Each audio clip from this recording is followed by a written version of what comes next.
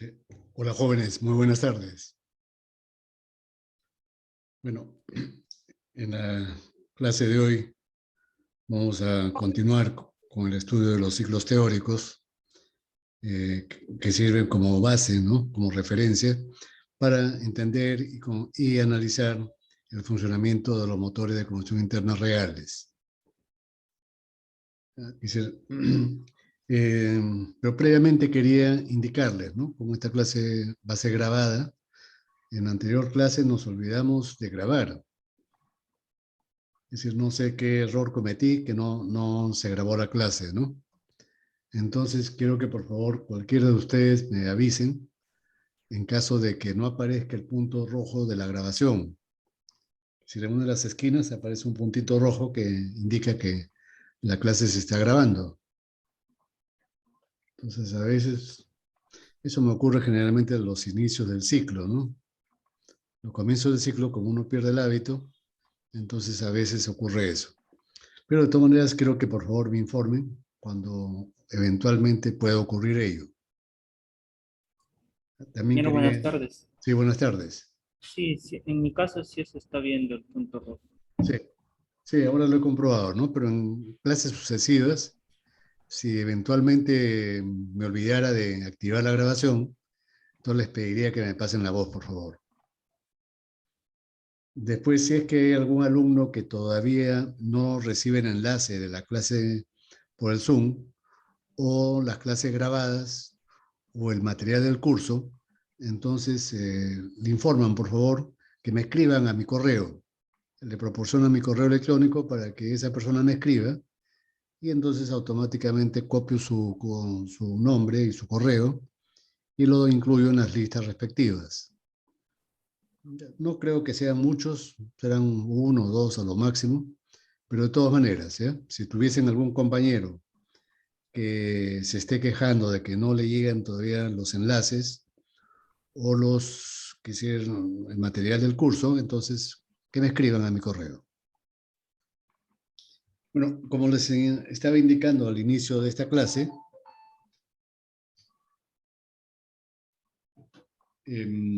vamos a proseguir con el estudio de los ciclos teóricos, ¿no? Habíamos dicho de que eran tres los ciclos teóricos que sirven como referencia. El ciclo Otto, que es referencia de los motores de gasolina, o también motores a gas, GLP, GNV, biogás o hidrógeno, ¿no? Para el ciclo base, el ciclo de referencia, es el ciclo Otto, donde como ya sabemos, el calor se suministra muy rápidamente, casi instantáneamente, a volumen constante.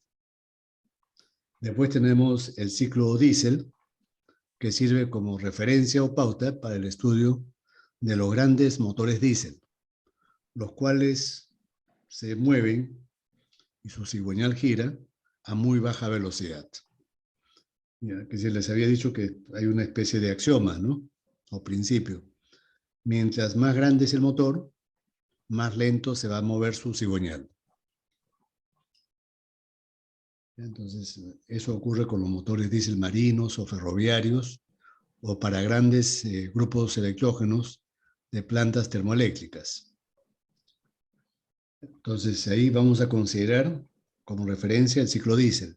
En el ciclo diésel teórico ya sabemos que el calor se suministra a presión constante y el pistón está moviéndose, ¿no? Y finalmente tenemos el ciclo dual o ciclo con suministro mixto de calor. Este ciclo teórico sirve como referencia para la modelación de los modernos motores diésel automotrices, que son motores pequeños, ¿no? Estamos hablando de motores para vehículos, para automóviles, o para camionetas, incluso para omnibuses o camiones. Entonces, en este caso, se considera que una parte del calor se suministra a volumen constante, teóricamente, y la otra parte a presión constante. Y de inmediato vamos a pasar a ayudarnos. Voy a compartir pantalla para utilizar la presentación en el PowerPoint.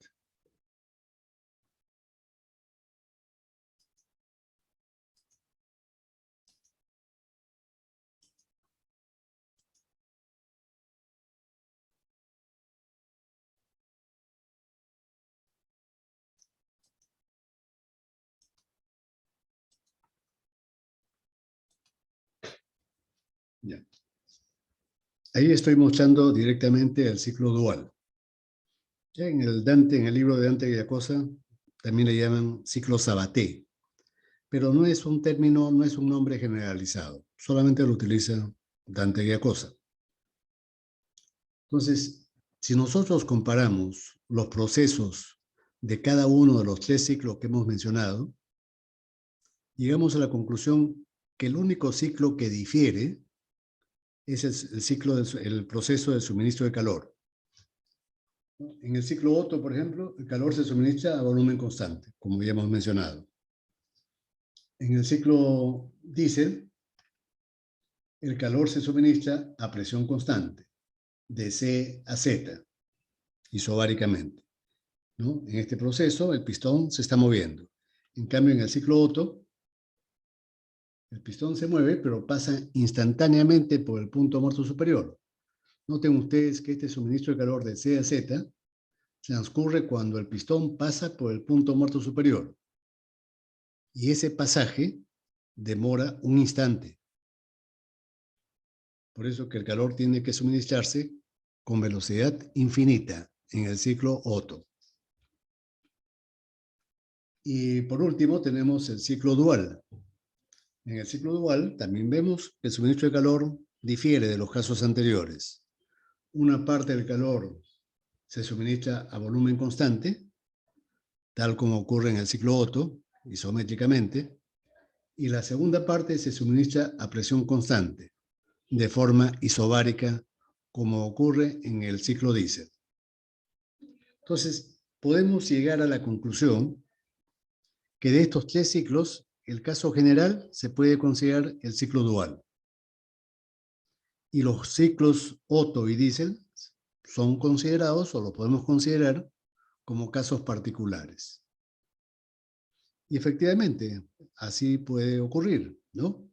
Si nosotros, por ejemplo, al ciclo dual le eliminamos el proceso Z', es decir, eliminamos el Q sub A 2', lo eliminamos, entonces ese ciclo dual se convierte en ciclo Otto.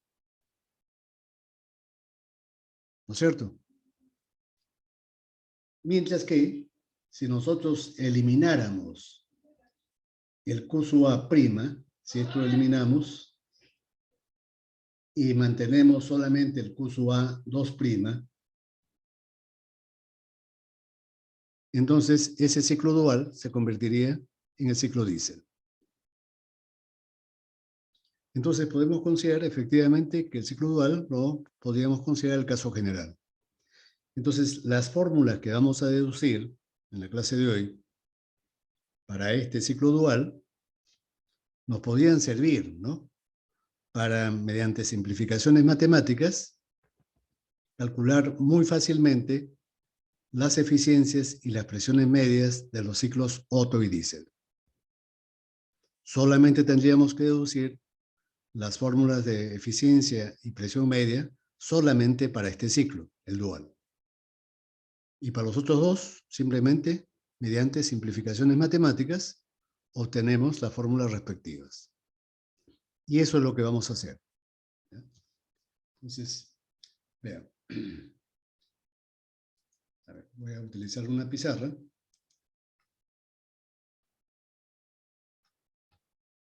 Voy a dibujar un ciclo dual en coordenadas PB.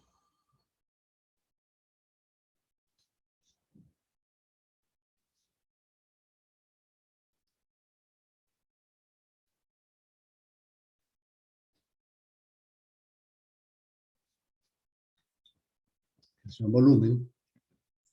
Entonces nosotros sabemos que el pistón se desplaza entre estos dos puntos límites. El punto muerto superior, cuando el pistón está en la parte de arriba, y el volumen dentro del cilindro es el mínimo, y el punto muerto inferior, cuando el pistón se encuentra en la parte más baja de su recorrido.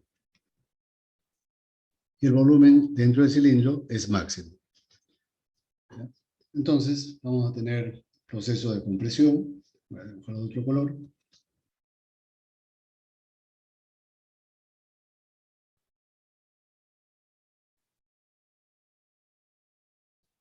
Desde el punto A, le voy a llamar el punto inicial A. Y el punto final de la compresión le voy a llamar C.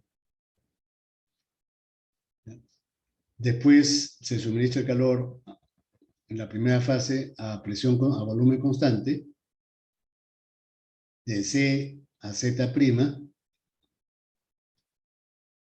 en la primera fase del suministro de calor, y la segunda fase lo suministramos a presión constante, hasta el punto Z.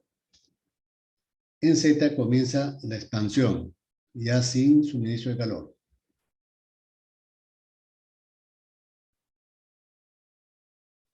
Hasta el punto B, hasta el punto muerto inferior. Y de ahí se rechaza el calor a volumen constante.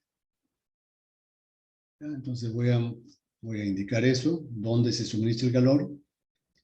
Aquí tenemos Q sub A prima, y aquí tenemos Q sub A 2 prima. Y de B a rechazamos calor al exterior. Q sub B. Entonces, lo primero que voy a hacer, voy a calcular los parámetros termodinámicos en cada uno de estos puntos. Voy a partir del dato, de la premisa, que conozco la presión y la temperatura en el punto A. Es lo único que conocemos. Datos. Vamos a considerar P sub A, T sub A. Vamos a considerar que la relación de compresión es epsilon. Vamos a considerar que el exponente adiabático vale K. ¿Ya? Vamos a conocer Q sub A prima y Q sub A 2 prima.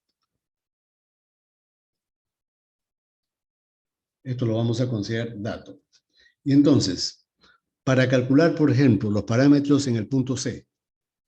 En el punto C, en el estado C, se va a cumplir que PC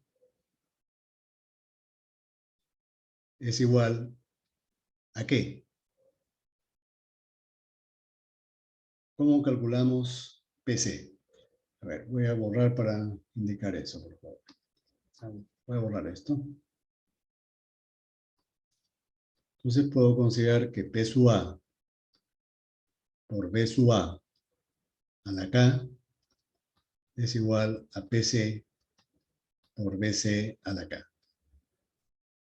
Y de aquí obtengo que PC es igual a P sub A por B sub A sobre B sub C a la K. Pero este término que está entre paréntesis, ¿qué cosa es? B sub A sobre B sub C. Volumen máximo entre el volumen mínimo. ¿Cómo lo hemos definido eso? Eso lo hemos definido como la relación de compresión epsilon. Entonces, esto será igual a P sub A por epsilon a la K. Ya tenemos P sub C.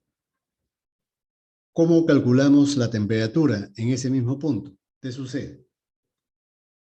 Ya nosotros sabemos una relación termodinámica, ¿no? Que la relación de temperaturas en un proceso isoentrópico, este proceso es isoentrópico, P por B a la K constante, se cumple que la relación de temperaturas es igual a la relación de presiones elevado al exponente K menos 1 sobre K. Como ya sabemos cuánto vale P sub C sobre P sub A, eso vale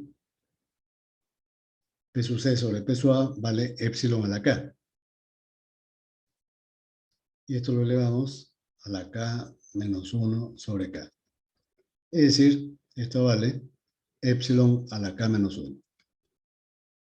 T sub C sobre T sub A vale epsilon a la K menos 1. Pasamos al siguiente punto, el punto Z'.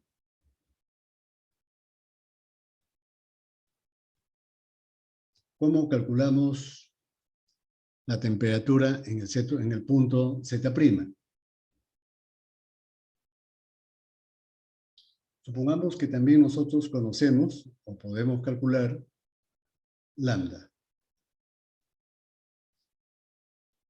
Entonces podríamos decir que TZ' sobre TC es igual a PZ'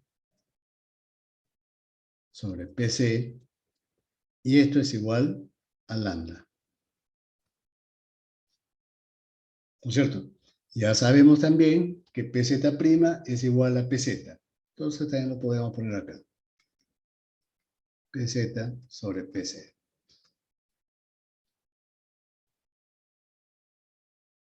¿Está claro?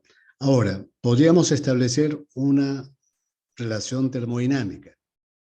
Si nosotros igualamos energías, hacemos balance de energía entre esos dos puntos.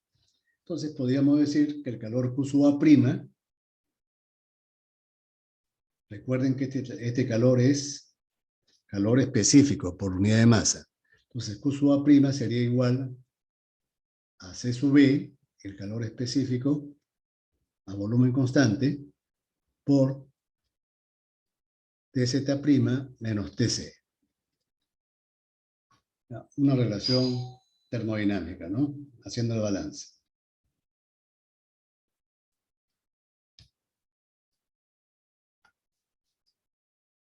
El siguiente punto. El punto Z.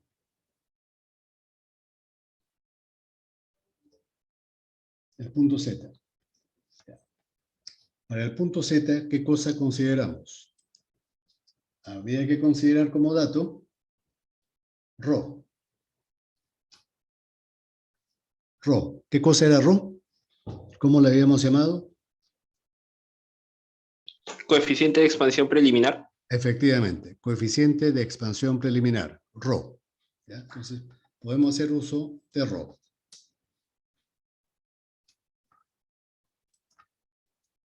Entonces, sabemos que Rho es igual a la relación de volúmenes dz sobre bz'. Pero para un proceso isobárico, la relación de volúmenes es igual a la relación de temperaturas.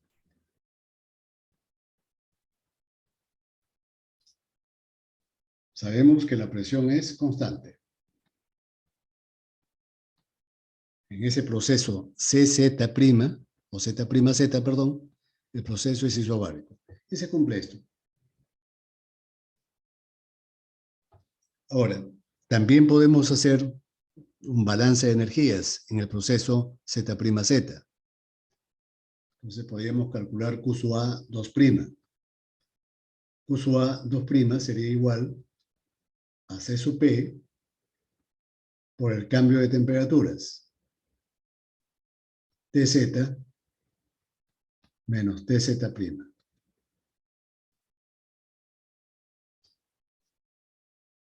¿Está bien? También lo pude ver, puedo acá yo factorizar el TZ'. Sería CP por TZ'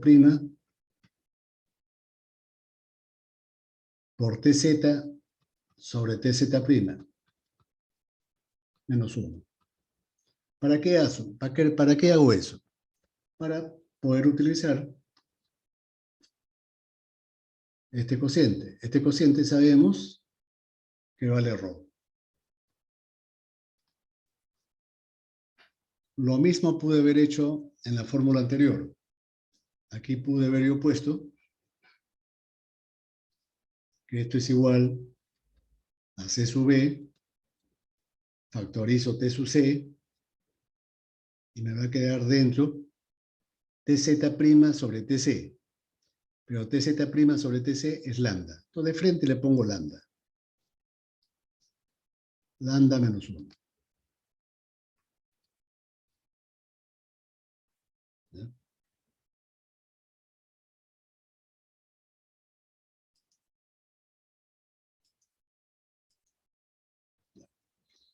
Ya estamos en el punto Z. Ahora, el punto B, el siguiente, ¿no? El punto al final de la expansión, cuando el pistón llega al punto muerto inferior. Punto B.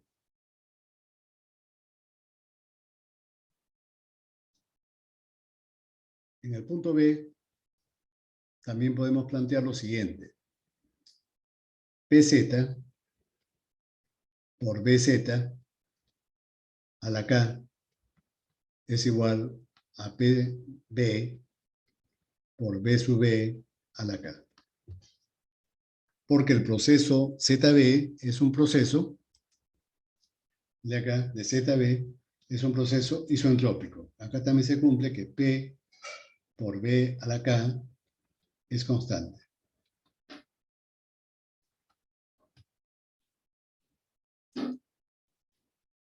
Entonces, de acá yo puedo despejar. A ver. Puedo establecer lo siguiente, ¿no? Que P sub Z o P sub B sería igual a P sub Z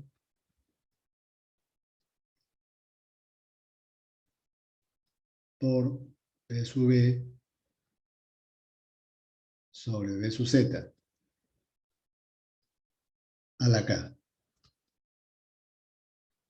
Esto lo transformo en esta relación. Pero B sub B sobre B sub Z también lo habíamos definido en la clase pasada.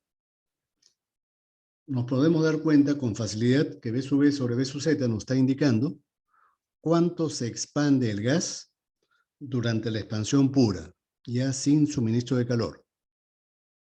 ¿No es cierto? Y a eso le habíamos llamado el coeficiente de expansión posterior, delta. Entonces yo lo puedo poner así, que esto vale igual a P sub Z sobre delta a la K. Y vemos que esta fórmula es muy parecida a la que hemos obtenido para la compresión, para este proceso de compresión. ¿No es cierto? La presión mayor P sub C es igual a la presión menor P sub A por epsilon a la K. En el caso de la expansión, podemos utilizar esa analogía porque los procesos son idénticos. Entonces, aquí podríamos, vean ustedes, la presión mayor es igual a la presión menor P sub B por la relación de expansión, delta a la K. Entonces, por lo tanto, nosotros también podríamos establecer la relación de temperaturas. T sub B es a T sub Z como P sub B es a P sub Z elevado a la K menos 1 sobre K. ¿Y cuánto vale esto? La inversa que acá podemos sacar de esta relación de la anterior, podríamos establecer que esto vale 1 sobre delta a la K elevado a la K menos 1 sobre K.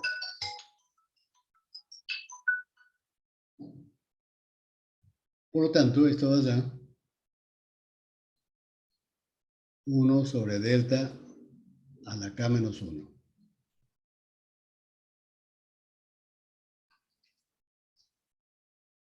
Es una fórmula idéntica o análoga a la que habíamos obtenido aquí, ¿no? T sub C sobre T sub A es igual a epsilon a la K menos 1. En el caso de la expansión, es T sub Z sobre T sub B es igual a delta a la K menos 1.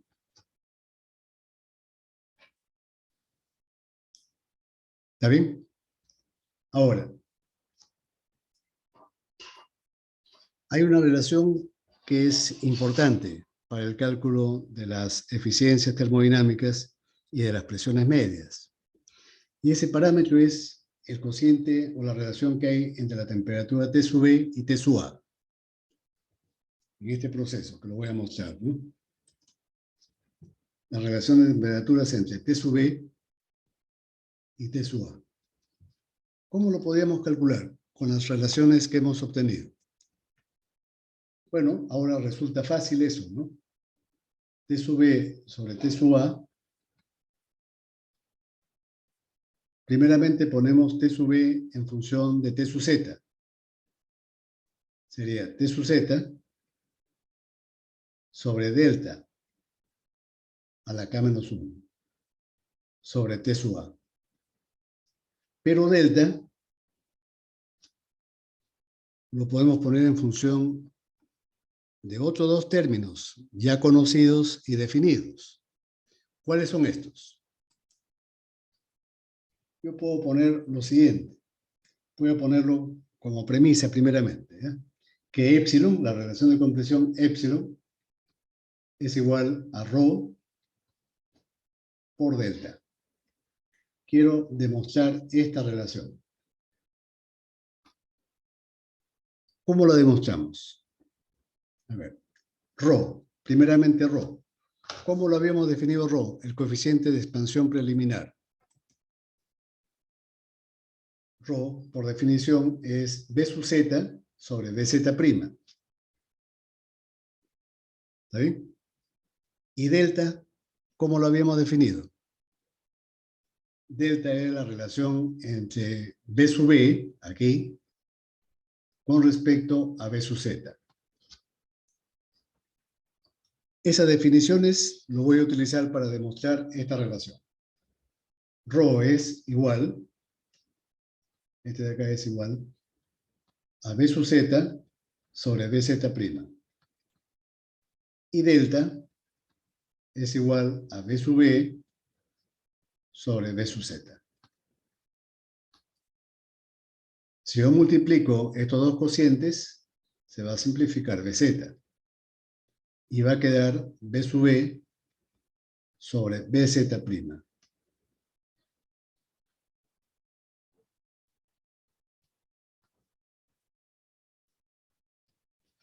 Pero B sub B es igual a B sub A. ¿No es cierto? Es el mismo punto, el punto muerto inferior. B sub B es igual a B sub A. Y BZ' es igual a BC. ¿No? Podemos verificar eso. B sub B es igual a B sub A. Y BZ' es igual a BC. BC. Pero esto por definición, ¿cuánto vale? Volumen máximo entre volumen mínimo. ¿Qué cosa es? Eso es épsilon. Entonces, acabamos de demostrar que efectivamente se cumple esta relación, que épsilon es igual a rho por delta. ¿Y para qué he hecho todo eso? Para reemplazarlo en la fórmula anterior. Aquí. Quiero reemplazar en vez de delta por su valor equivalente. Esto es igual a tz y delta es igual a épsilon sobre rho elevado a la K-1 sobre T sub A. Ahora, puedo seguir simplificando.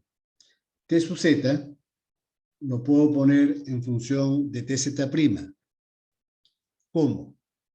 ¿Cómo pongo TZ en función de TZ'? Fácil, ¿no? TZ es igual a rho por TZ'. Utilizando rho, yo puedo calcular TZ. Entonces, eso es lo que voy a hacer. Rho por TZ'. TZ' a su vez, lo voy a reemplazar por su valor equivalente. Esto es igual a lambda por TC. ¿De dónde lo obtengo eso? Lambda por TC. ¿De dónde lo he obtenido? De acá, en este proceso isométrico, de suministro de calor a volumen constante, ¿qué cosa se cumplía? Que TZ' sobre TC vale lambda. Y esto es igual también a PZ' sobre PC. De ahí lo obtuve.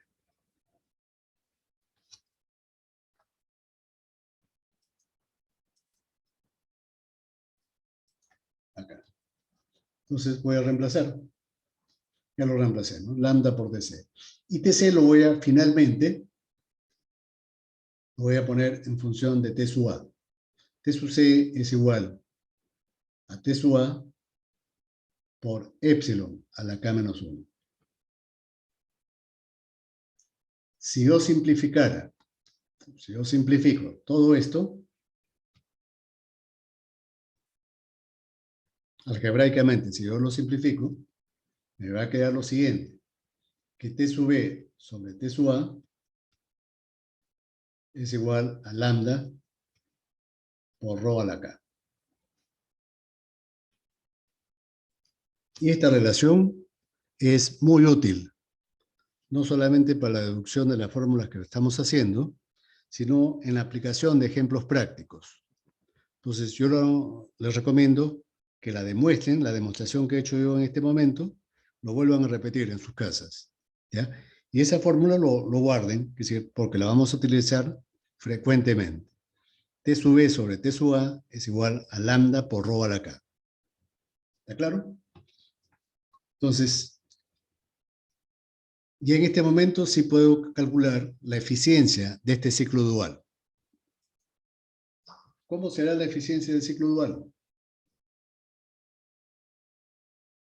Por definición, la eficiencia es 1 menos Q sub B, valor absoluto, sobre Q sub A. ¿No es cierto? También pude haber puesto trabajo sobre Q sub A. También pude haber puesto eso. Ahora, ¿cuánto vale Q sub A? Voy a calcular primeramente Q sub A. Q sub A es igual a Q sub A' más Q sub A 2'. El primer calor es a volumen constante y la segunda parte es a presión constante. Y puedo poner sus valores equivalentes. Este es igual a C sub B por TZ' menos TC. Calor suministrado a volumen constante. Noten ustedes que estoy utilizando el calor específico respectivo a volumen constante. Y el Q sub A 2' lo puedo hacer de forma análoga, ¿no? Sería igual C sub P por TZ menos TZ'.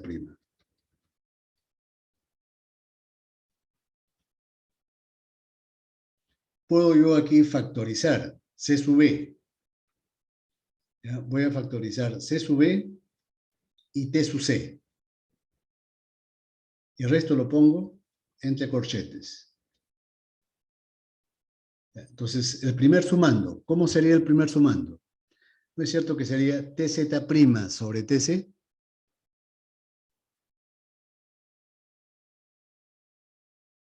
Menos 1.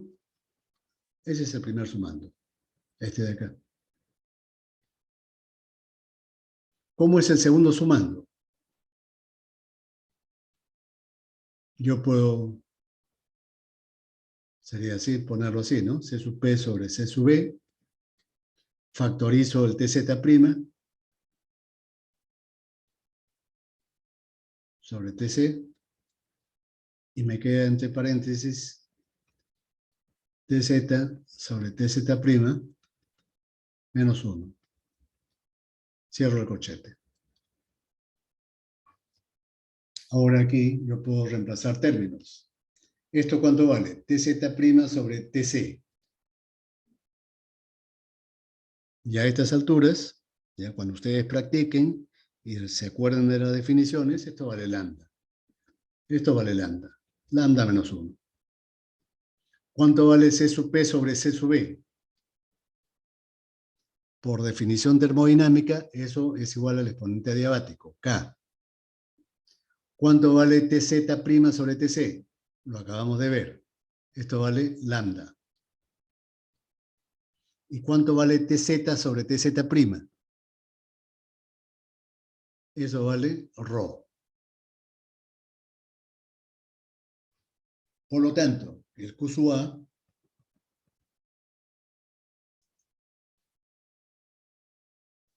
finalmente lo puedo poner así. Q sub A sería igual a C sub B por T sub C por lambda menos 1 más K lambda por rho menos 1. Y además yo podría poner que T sub C es igual a T sub A por epsilon a la K menos 1. Y tendría ya el valor de Q sub A. Noten ustedes que yo, a propósito, he buscado poner Q sub A en función de términos adimensionales, ¿no? K, lambda, rho, epsilon son adimensionales. Los únicos que tienen dimensiones son C sub B y T sub A. Todos los demás son adimensionales. Ahora, en cuanto a Q sub B, el valor absoluto de Q sub B. Q sub B sería igual, como es un proceso de rechazo de calor a volumen constante, entonces yo utilizo el C sub B. C sub B por T sub B menos T sub A. Aquí me conviene factorizar T sub A. Y me va a quedar T sub B sobre T sub A menos 1. Pero yo ya sé cuánto vale T sub B sobre T sub A. ¿Cuánto valía? Si revisamos las fórmulas anteriores, eso vale lambda por rho a la K.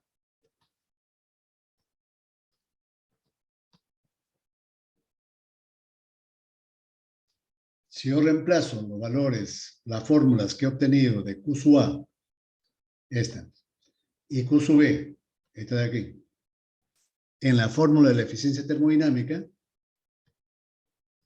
llego a la conclusión, simplificando, que esto es igual a 1 sobre epsilon a la K menos 1 por lambda por rho a la K menos 1 sobre lambda menos 1 más K lambda por rho menos 1. Así quedaría la fórmula de la eficiencia termodinámica del ciclo dual.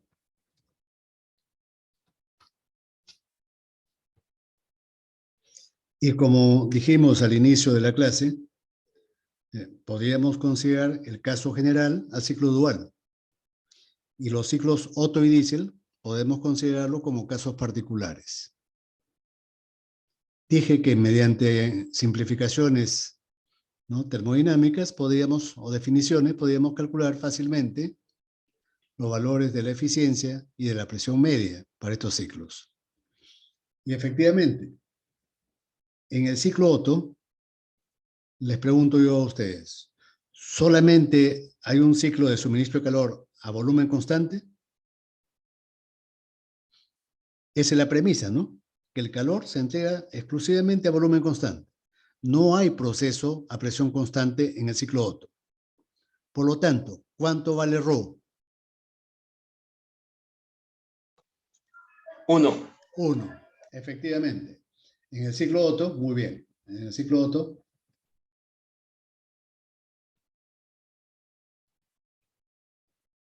ρ vale 1. Y para el ciclo diésel, podemos también analizarlo de una vez. En el ciclo diésel, todo el calor se entrega a presión constante.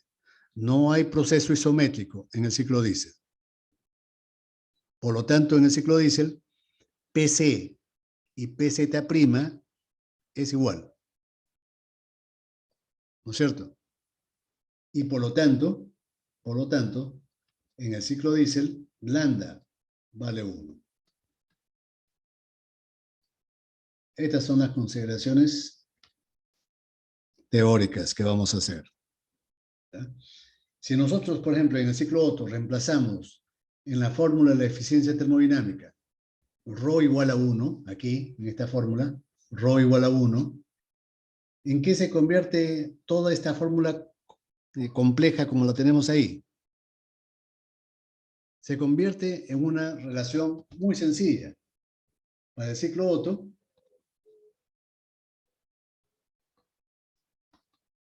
la eficiencia termodinámica se convierte en lo siguiente.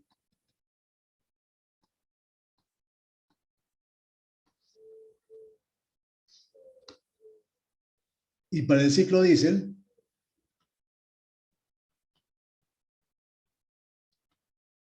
donde lambda vale 1,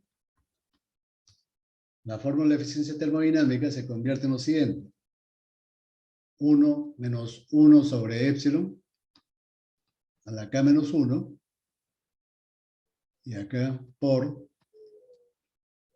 ρ a la K menos 1 por K y por ρ menos 1.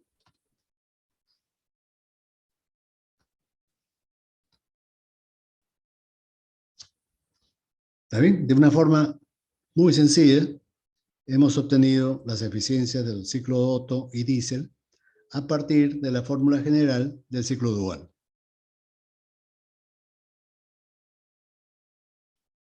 Lo propio podemos hacer con la presión media. ¿Ya? Con la presión media. ¿Cómo habíamos definido la presión media? Voy a dibujarlo para que ustedes se vayan entrenando. ¿Ya? Lo dibujo para que ustedes se entrenen. A ver.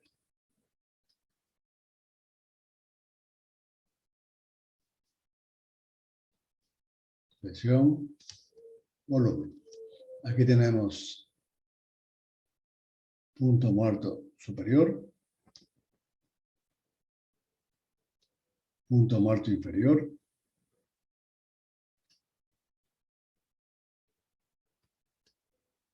vamos a dibujar el ciclo dual.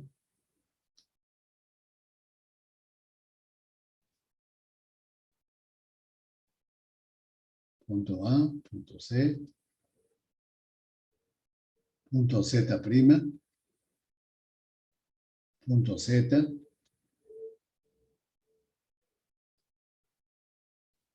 punto B, punto A. A ver, aprovechando el dibujo, ¿en cuál de los estados, en cuál de estos puntos del ciclo, la temperatura es máxima? Me refiero de todos estos puntos que he dibujado, A, C, Z', Z, B, ¿dónde la temperatura alcanza su valor máximo?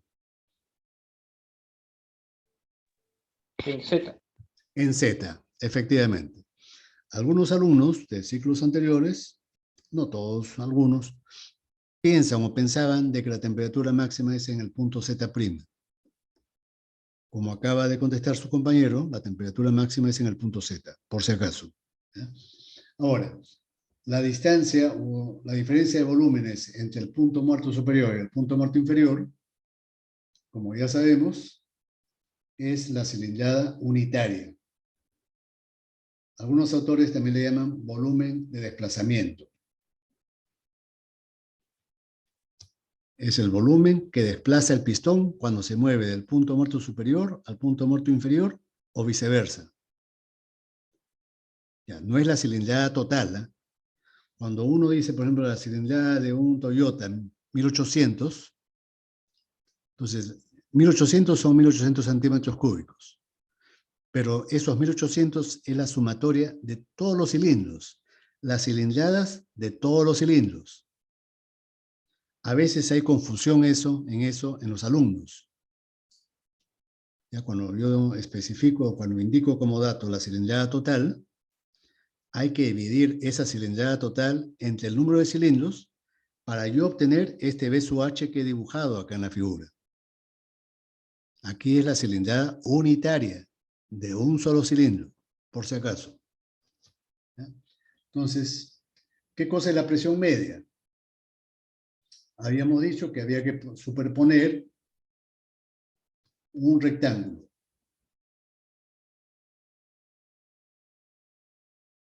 Un rectángulo.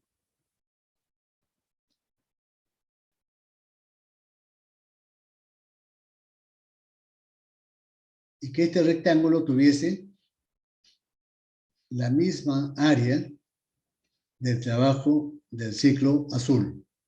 El ciclo azul tiene un trabajo W. Y esta área verde también es, o tiene que ser, W. Los dos tienen que ser iguales. Como las bases son iguales, entonces la presión media del ciclo es la altura de este rectángulo.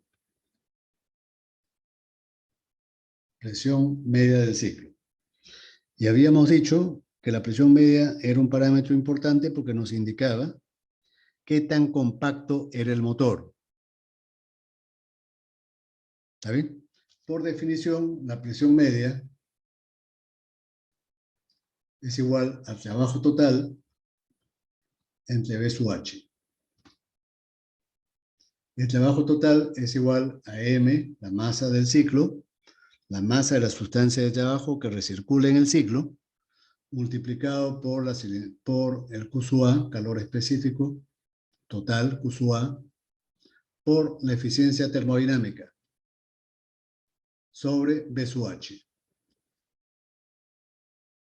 Y voy a comenzar a reemplazar datos.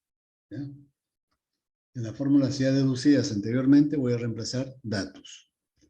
Pongo la masa y Q sub A. ¿Cuánto vale Q sub A? ¿De dónde lo obtengo?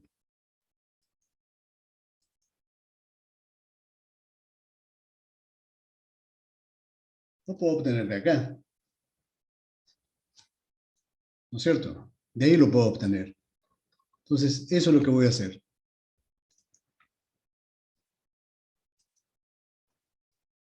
Q sub A sería igual a C sub B por T sub A por epsilon a la K menos 1 por lambda menos 1 más K lambda por rho menos 1. Multiplicado por la eficiencia termodinámica sobre B sub H.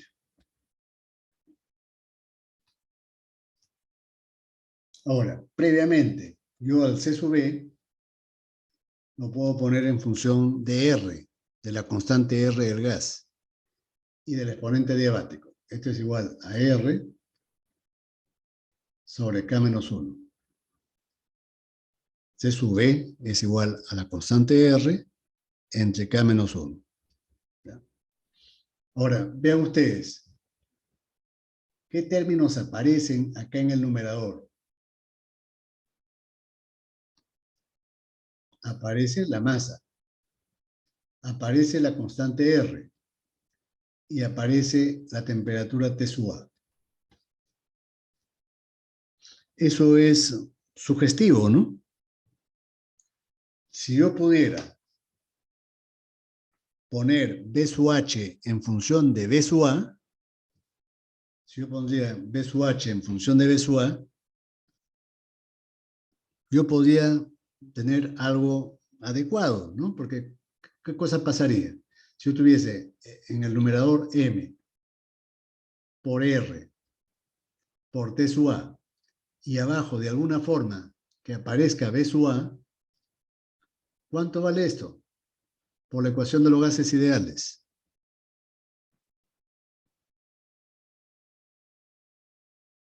La ecuación de estado. ¿No es cierto que ese es igual a la presión P sub A? Esto es igual a la presión P sub A. Entonces, me conviene poner B sub H en función de B sub A. ¿Y cómo hago eso? Parto de la definición de la relación de compresión. ¿Cuál es la definición de la relación de compresión? Épsilon. Épsilon es igual a B sub A sobre B sub C. ¿No es cierto? Entonces yo podría poner esto así. B sub A Y B sub C lo pongo como B sub A menos B sub H. B sub C es igual a B sub A menos B sub H. ¿Y aquí qué cosa hago? ¿Qué podía hacer? A ver, yo podía poner esto así, ¿no? 1 sobre 1 menos B sub H sobre B sub A.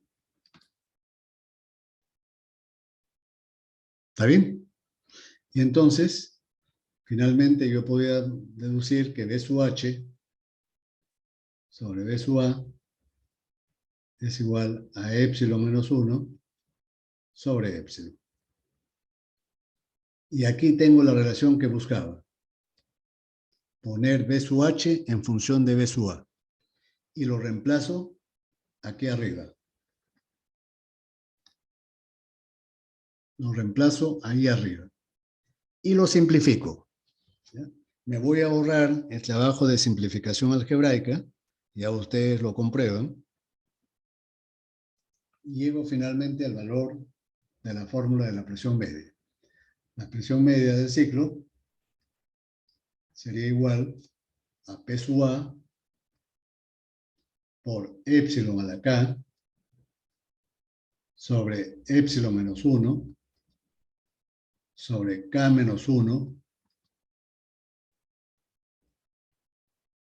por lambda menos 1 más K lambda por rho menos 1. Pongo corchetes por la eficiencia termodinámica.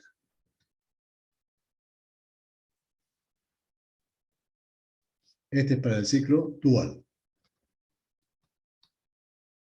Y para el ciclo Otto, en el ciclo Otto, ya sabemos que rho vale 1. Y por lo tanto, la presión media quedaría P sub A por epsilon a la K sobre epsilon menos 1 por K menos 1 por lambda menos 1 por la eficiencia termodinámica. Esta fórmula es para el ciclo Otto. Y para el ciclo diésel,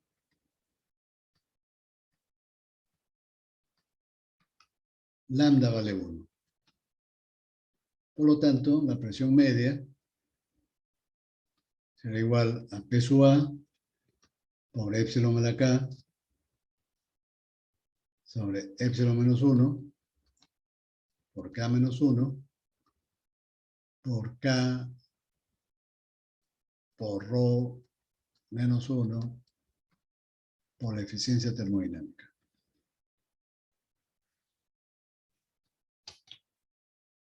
Todo simplificadamente, de forma algebraica, queda así. ¿Ya? Todas estas demostraciones, por supuesto, por ahorita, en este momento, es un poco aburrido. Yo lo entiendo. Pero lo interesante viene ahora, ¿no? En cuanto a la interpretación de los resultados, de las fórmulas que hemos obtenido. Eso es lo interesante, ¿no? ¿Qué podemos observar? Regresando a las diapositivas,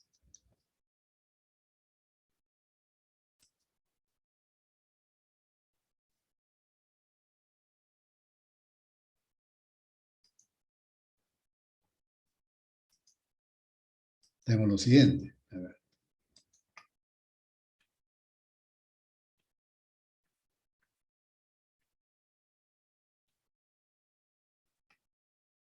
Esas son las fórmulas de la eficiencia termodinámica.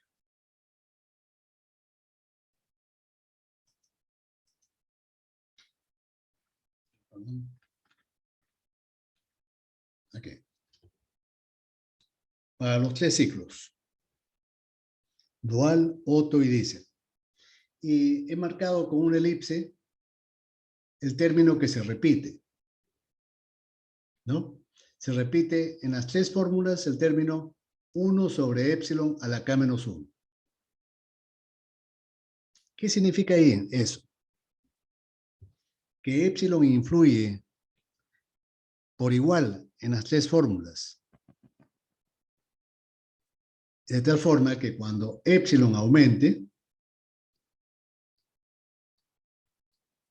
la eficiencia termodinámica de los tres ciclos va a aumentar.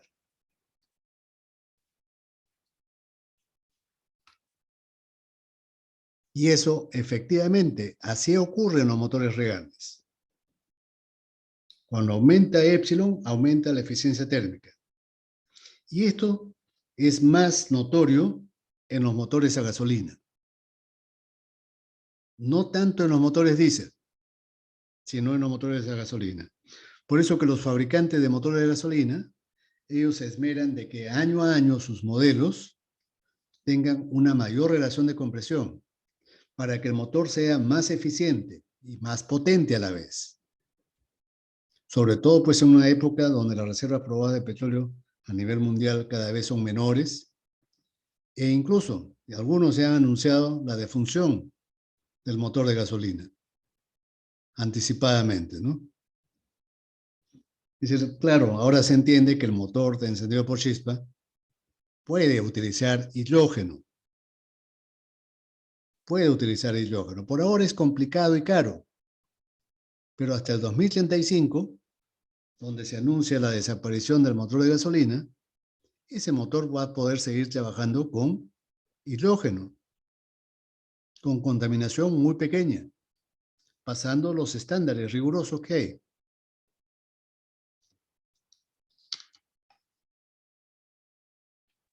Profesor, una consulta. Sí, Entonces, ¿el hidrógeno sería utilizado también como combustible en estos motores? ¿O sí, se podría, es decir, utilizar, claro, ahora se está intentando, pero producir y almacenar y manipular el hidrógeno por ahora es muy complicado y costoso. Pero eso es por ahora. Es decir, la ausencia o la escasez del petróleo cada vez más acentuada y sobre todo los efectos de la contaminación y el calentamiento global, eso van a determinar que las investigaciones y la obtención del hidrógeno pues se acelere notablemente y se abarate este combustible. Por ahora todavía es caro, ¿no? Caro, complicado, complejo, hasta incluso un poco peligroso manipular hidrógeno. No un poco, sino bastante. Pero en unos 15 años eso no va a ser así, igual que ahora. Claro, el hidrógeno no solamente se puede utilizar en motores encendidos por chispa, también se va a poder utilizar, es decir, en motores que tengan celdas de combustible, pila de combustible. Esa pila de combustible, como ustedes ya saben, se alimenta de hidrógeno, es un dispositivo que se alimenta de hidrógeno y produce electricidad. Esa electricidad va a servir para mover motores eléctricos. ¿Ya? Pero en principio, el hidrógeno también se puede utilizar en un motor de combustión interna. Ahora, muchas gracias? de nada. En cuanto a la presión media, se observan tres factores que se repiten en los tres ciclos. El primero es el valor de P sub A. P sub A, ¿no? Ahora, P sub A es la presión al inicio de la compresión. La presión P sub A es la presión al inicio de la compresión. Entonces, en un motor de aspiración natural, P sub A aproximadamente es un poquito menor que la presión atmosférica. ¿No es cierto? Es por las pérdidas que se producen cuando el aire ingresa al cilindro del motor. Ahora, ¿se puede aumentar P sub A? De forma artificial, ¿se puede aumentar P sub A? Uno podría pensar así en primera instancia que no, ¿no? Porque depende de la presión atmosférica. Pero yo estoy mencionando que P sub A es la presión al inicio de la compresión. Y yo esa presión sí la puedo aumentar. No puedo cambiar la presión atmosférica, por supuesto, pero sí puedo aumentar la presión al inicio de la compresión. ¿Cómo? mediante la sobrealimentación, mediante el uso de un turbocompresor. ¿Ya? Yo comprimo previamente al aire antes que ingrese al cilindro del motor. ¿Cómo? Con un turbo, con un compresor, con un soplador Roots. Y así yo puedo aumentar notoriamente la presión media. Si aumenta el PSUA, la presión media del ciclo va a aumentar proporcionalmente. Y eso es lo que se hace en la práctica, ¿no? Los motores aumentan notablemente su presión media con la sobrealimentación, con turbo. Es la forma más práctica de aumentar la presión media y de aumentar la potencia del motor, sin incrementar mucho el peso del motor ni el tamaño. El peso y el tamaño del motor se mantienen casi inalterables, pero la presión media sí crece. Ahora, noten ustedes que también si la eficiencia térmica del motor aumenta, del ciclo, ¿no? Esto también obviamente va a repercutir en una mayor presión media. Y la mayor presión media significa más potencia. Con el mismo tamaño, con el mismo motor. Si yo por algún motivo, por algún medio, ¿no?, tecnológico, logro incrementar la eficiencia, voy a tener más ahorro de combustible y más potencia.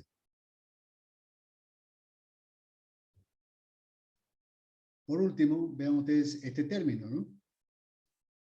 En este término, el factor que crece más es el numerador.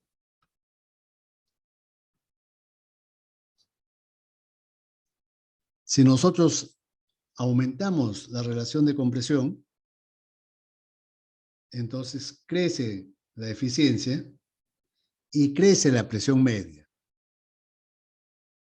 Claro, no es tan fácil aumentar la relación de compresión. ¿Por qué motivo? Porque cuando yo intento aumentar la relación de compresión, aumentan todas las presiones dentro del motor. Presiones y temperaturas máximas del ciclo crecen. Entonces los esfuerzos mecánicos y térmicos a los que está sometido el motor también crecen.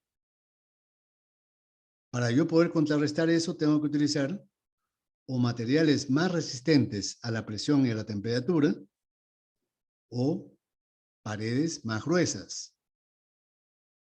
Ambas soluciones, sin embargo, implican mayor precio para el consumidor, para el usuario, para el comprador de ese motor.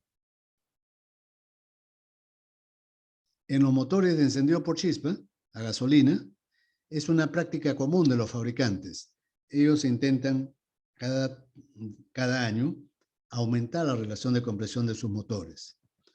Claro, esto no es fácil. ¿Por qué motivo? Por el motivo, primeramente, por el que acabo de mencionar, ¿no?, que los esfuerzos térmicos y mecánicos crecen. Pero hay una segunda razón. ¿Qué puede ocurrir? Que como la relación de compresión crece y lo que ingresa al motor de encendido por chispa es una mezcla aire-combustible, durante la compresión esa mezcla se puede autoencender prematuramente. Y ya sabemos que eso va a provocar el colapso del motor. Va a provocar detonaciones que van a provocar el colapso del motor. Si yo hago, o el fabricante hace un motor con mayor relación de compresión, ese motor va a necesitar una gasolina de mayor octanaje, si es que no quiero que detone y que el motor colapse. Y una gasolina de mayor octanaje cuesta más, es más cara. En los motores diésel ni siquiera se intenta eso. Los fabricantes de motores diésel, no intentan aumentar la relación de compresión. Ellos utilizan otros métodos para aumentar la potencia o aumentar la eficiencia.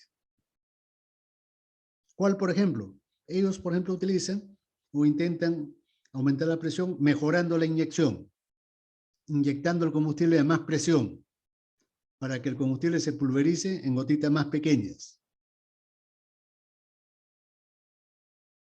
Ellos mejoran, por ejemplo, la forma de la cámara de combustión, para que la combustión sea más rápida y más completa. Mejoran, por ejemplo, la geometría de los colectores de admisión y escape, para que no hayan menos, para que las pérdidas sean menores cuando el aire ingresa y cuando los gases salen. Otra forma que utilizan los fabricantes de ambos motores, de ambos tipos de motor, es utilizar la sobrealimentación. Esa es una tendencia que se está generalizando. Utilizar la turbocompresión.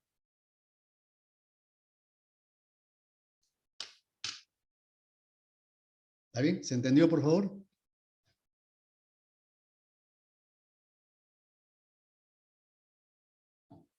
Sí, profesor, se ha entendido. Ya, muy bien. Cuando hayan dudas, me preguntan. ¿Ya? Yo comprendo que todo esto es nuevo y es lógico que surjan preguntas. Entonces, vamos a analizar ahora ciclo por ciclo.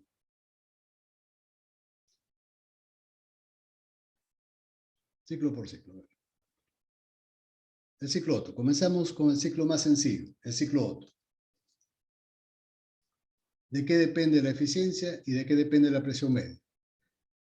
Tomando en cuenta, en consideración, las fórmulas que acabamos de analizar, que acabamos de deducir. ¿Ya? Para el ciclo Otto. Ciclo Otto.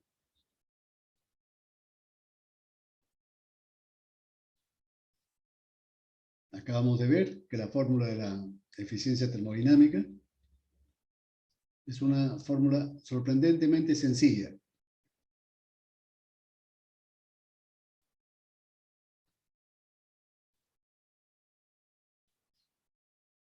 Donde la eficiencia térmica depende de dos factores solamente. De epsilon y de K. Epsilon es un parámetro constructivo, geométrico, que el fabricante lo puede cambiar en función a su diseño. Claro, dentro de cierto rango, ¿no? Puede aumentarlo, pero eso ya sabemos que no es tan fácil. Pero puede él influir, puede hacer que epsilon crezca. Pero K depende de la temperatura de la sustancia de trabajo. ¿Ya? Durante el funcionamiento del motor, la temperatura puede cambiar y entonces en función de ese cambio de temperatura, la eficiencia térmica también va a cambiar. Y también K depende de si la mezcla es pobre o es rica. Depende de la relación aire-combustible. Ahí el fabricante no tiene mucha influencia. Más que todo depende de la operación del motor. Cuál es su temperatura y cuál es su relación aire-combustible. Ahora, veamos el primer factor. ¿Cómo influye? ¿Cómo cambia la eficiencia térmica cuando cambia epsilon? ¿Cuál es la tendencia de la curva de crecimiento de la eficiencia en función de epsilon? Si nosotros hacemos un dibujo sencillo, a grosso modo, un gráfico, mejor dicho, de la eficiencia térmica en función de epsilon, el crecimiento es de esta forma.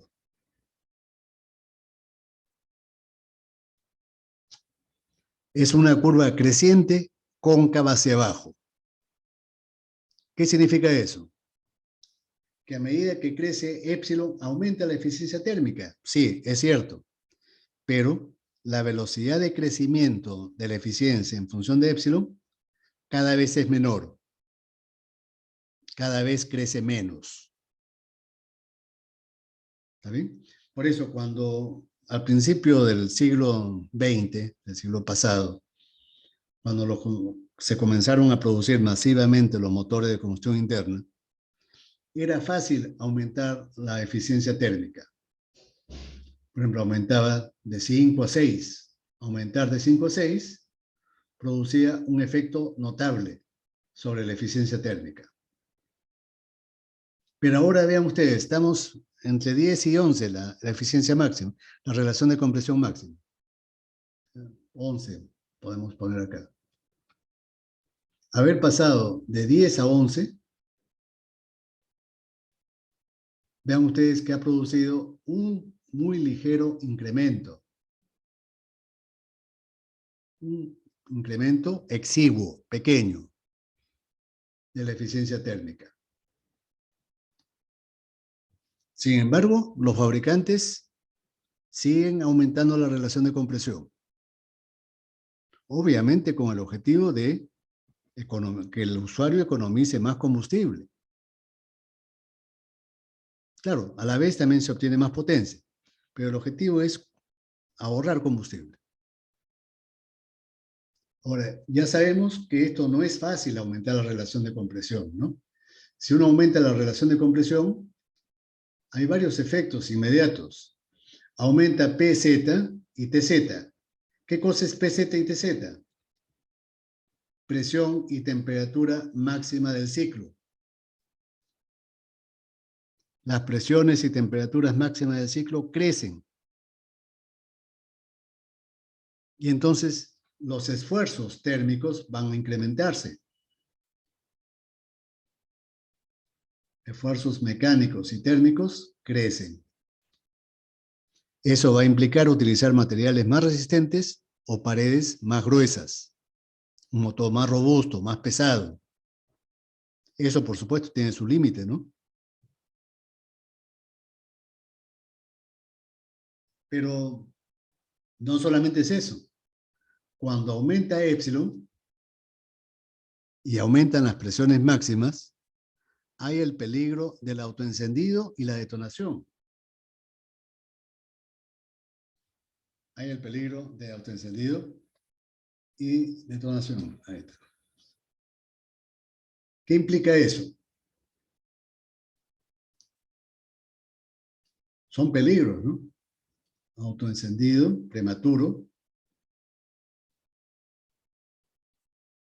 y detonación. Esto me va a obligar a utilizar gasolinas o combustibles de mayor octanaje.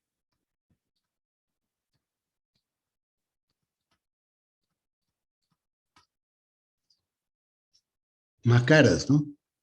Gasolinas más caras. Y la tercera consecuencia, como aumenta TZ, aumenta la disociación.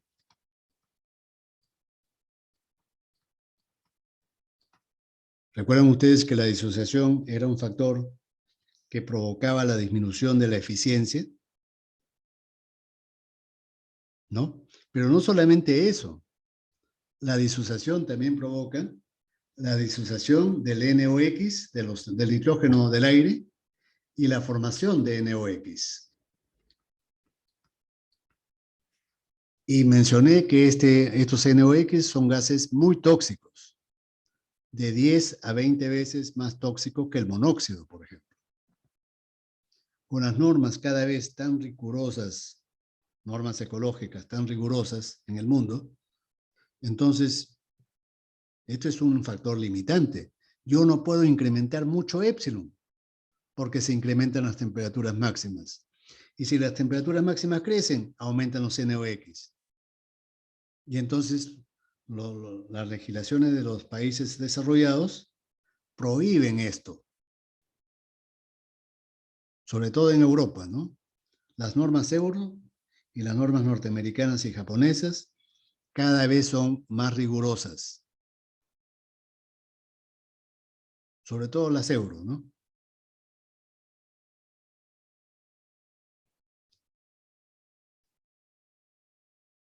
¿Está bien? ¿Se entendió, por favor? Vamos a ver acá. A ver.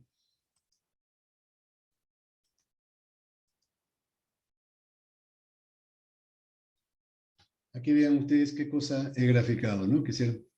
No, no he graficado. Este es un gráfico que lo saco de un libro, donde se muestra tres curvas de cómo cambia la eficiencia térmica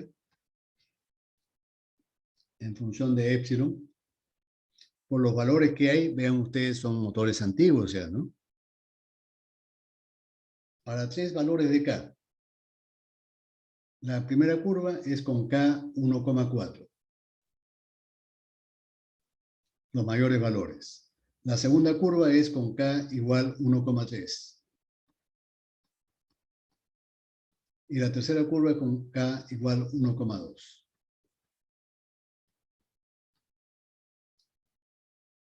Pero ¿qué pasa? ¿El K de qué depende? ¿No es cierto que el exponente adiabático depende de la temperatura promedio del ciclo? ¿No es cierto? Ese valor de K depende de la temperatura promedio del ciclo. 1,4 es solamente cuando el gas está frío a 0 grados centígrados. Temperatura promedio. ¿Qué motor trabaja con una temperatura promedio de 0 grados centígrados? Ninguno. Ese es un modelo hipotético, teórico, que solamente se utiliza en los ejemplos de termodinámica. ¿No es cierto? Una temperatura promedio más consistente, más realista, por ejemplo, es 1600, 1200 grados centígrados. En este rango. Eso es más real. ¿Cuánto vale el K para esas temperaturas? 1,3, 1,31. Entonces, este valor de K es el que nosotros vamos a utilizar cuando calculemos ciclos teóricos Otto. No vamos a utilizar 1,4, salvo que el texto del problema lo indique así. Hay problemas donde se indica eso, ¿no? Asumir un K igual a 1,4. Se llama el exponente adiabático del aire estándar, frío. Exponente adiabático del aire estándar frío. Pero ya sabemos que eso solamente es teórico. Nosotros vamos a preferir, yo sobre todo voy a preferir utilizar un K que esté más en un rango más real, de 1200 a 1600 grados centígrados, donde el K promedio está entre 1,30 y 1,31. ¿Está bien? El otro K, vean ustedes, de 1,2, tampoco es real. ¿Por qué motivo? Por el motivo inverso ya, temperaturas demasiado altas. Temperaturas demasiado altas, que en un motor normal no se consigue. Ya sabemos que la temperatura no crece ilimitadamente en el motor, ¿no? La disociación limita la temperatura máxima. Por lo tanto, nunca vamos a tener un K igual a 1,2. Nunca. Aquí solamente se pone como un ejemplo, ¿no? Académico. ¿Está bien? ¿Se ha entendido, por favor? Sí, sí, profesor. Ya, muy bien. Ahora, algo adicional que quiero también explicar. Bien, ¿por qué la eficiencia térmica sorprendentemente no depende ni de la temperatura Tz, ni tampoco de Q sub A? Por lo tanto, no depende de lambda.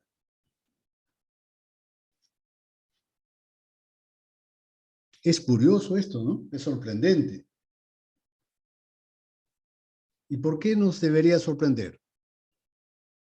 Porque en el ciclo, por ejemplo, de Carnot, nosotros ya sabemos que mientras más alta sea la temperatura de la fuente caliente, más eficiente es la máquina térmica. Y aquí no está ocurriendo nada, eso en el ciclo teórico Otto. No depende de T sub Z. Tampoco depende de Q sub A. Otra razón por la cual me debo sorprender es que en los motores reales sí depende del calor que se le entrega al motor. ¿Y cómo cambia el calor que se le entrega al motor real? Por ejemplo, cuando yo piso el acelerador. ¿Qué pasa cuando piso el acelerador? Se abre la válvula de mariposa y al motor le ingresa más aire y más combustible. Cuando el motor quema más combustible, ¿qué creen ustedes que le pasa a la temperatura máxima de combustión? ¿No es cierto que es, Aumentaría. claro, es normal pensar que va a crecer? Y cuando las temperaturas de combustión aumentan, las reacciones químicas se vuelven más rápidas. Exponencialmente su velocidad crece con la temperatura. Reacciones químicas rápidas, más eficientes y más completas. Y eso ocurre cuando nosotros abrimos la válvula de mariposa, pisando el acelerador. Cuando nosotros sacamos el pie del pedal y la mariposa se cierra, ocurre todo lo contrario. Entra menos combustible al motor, las temperaturas máximas de combustión bajan y las reacciones químicas se ralentizan. Vamos a utilizar ese verbo, ralentizar. Se vuelven lentas, incompletas, ineficientes. Entonces, eso afecta a la eficiencia en un motor real. Pero en el ciclo teórico Otto no cambia en función de la temperatura. No cambia en función del calor que se le entrega al ciclo. ¿Por qué? Veámoslos, ¿por qué ocurre esto?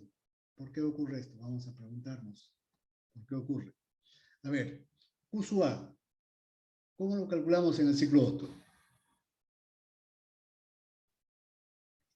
Voy a dibujar un ciclo Otto cualquiera. Presión, volumen.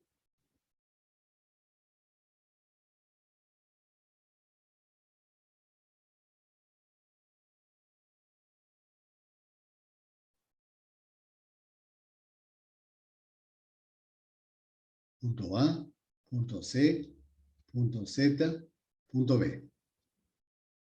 El calor sabemos que lo entregamos aquí. Usual. ¿Cómo lo calculamos?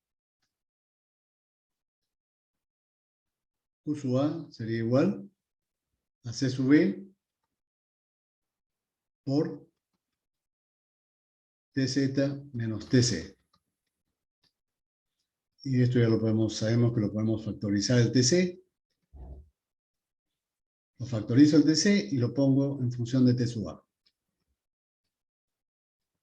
Esto ya lo he hecho anteriormente, voy a ponerlo simplemente. Y TZ sobre TC vale lambda. Lambda menos 1. ¿Está bien? Ahora, Q sub B, el calor rechazado.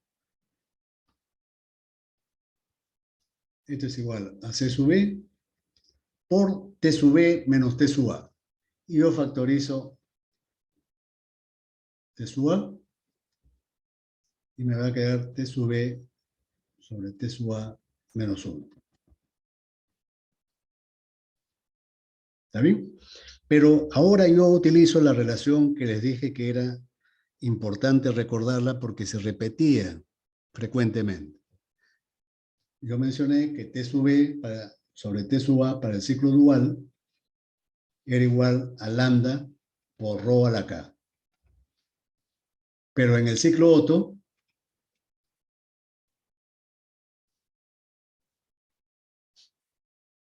rho vale 1. Y por lo tanto, T sub B sobre T sub A, ¿cuánto valdría? Lambda. ¿Ya? Entonces, esto lo puedo reemplazar aquí. Y me va a quedar C sub B por T sub A por lambda menos 1.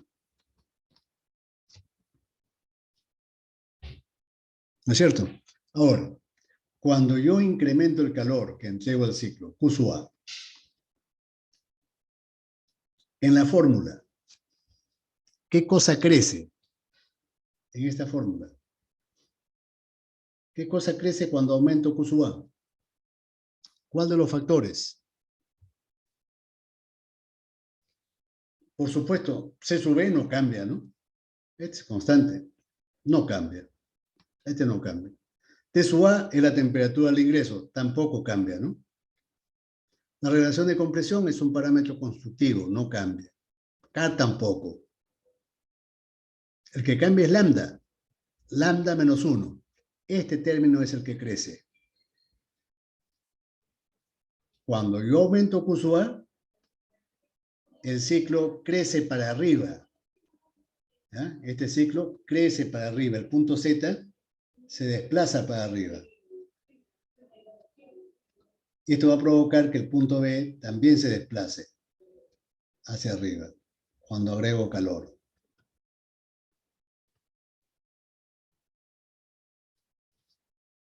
Crece lambda menos 1. ¿Y qué le pasa a Q sub B? C sub B no cambia. T sub A tampoco cambia. ¿Cuál es el que cambia? Este mismo factor, lambda menos 1. Cuando yo haga la evaluación de la eficiencia térmica, este es igual a 1 menos Q sub A sobre Q sub B sobre Q sub A. Significa que si Q sub A aumenta en 10%, ¿cuánto aumenta Q sub B? El 10%. 10%. Exactamente. Por lo menos teóricamente se cumple eso. Si Q sub A aumenta, si yo aumento el calor en 10%, el calor rechazado también aumenta exactamente en 10%. ¿Y por qué ocurre eso? Porque estas dos curvas, ZCZ y DA, ambas son isométricas. Por eso, si Q sub A crece, Q sub B crece en la misma proporción.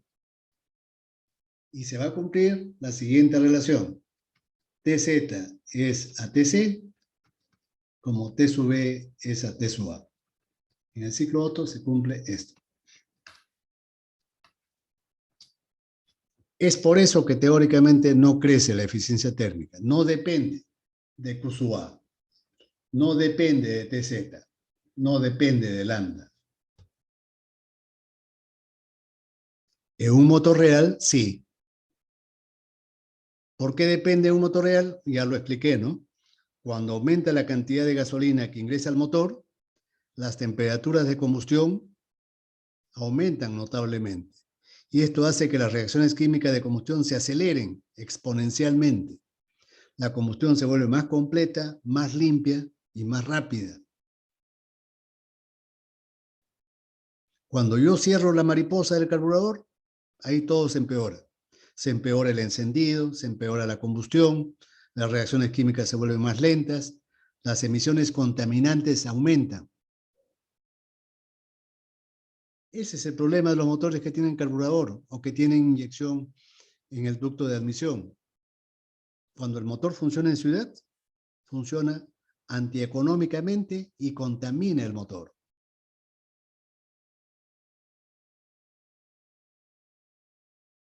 ¿Está bien? ¿Se entendió, por favor?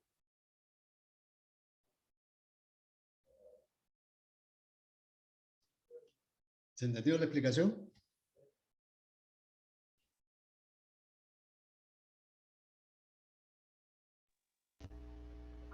Sí, profe. Sí, ya, muy bien. Profesor, una consulta, disculpe. Sí. ¿Por qué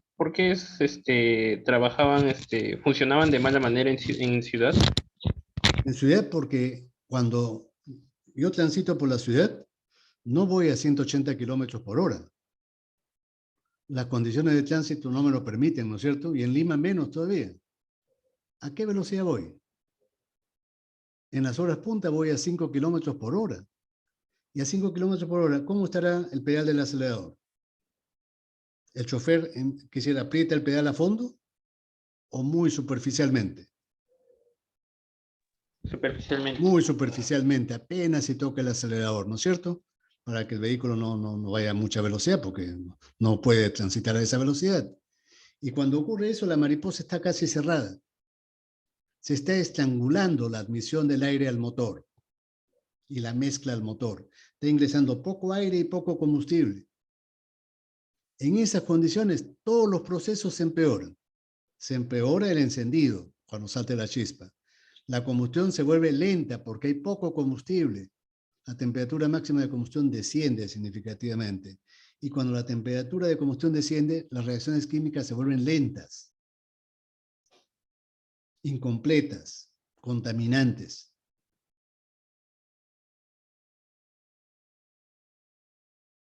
¿Está claro? Entonces, ese empeoramiento es porque cuando cerramos la mariposa, todos los procesos sufren un empeoramiento, valga la redundancia, ¿no? Cierro la mariposa y todos los procesos dentro del motor se empeoran.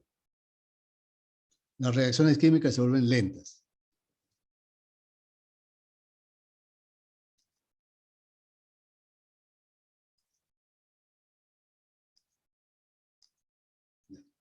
Ahora, en cuanto a la presión media.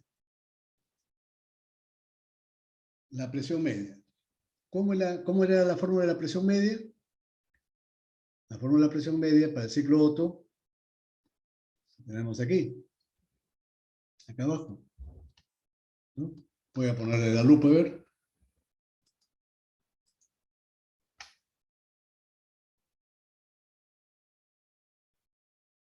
Vean ustedes.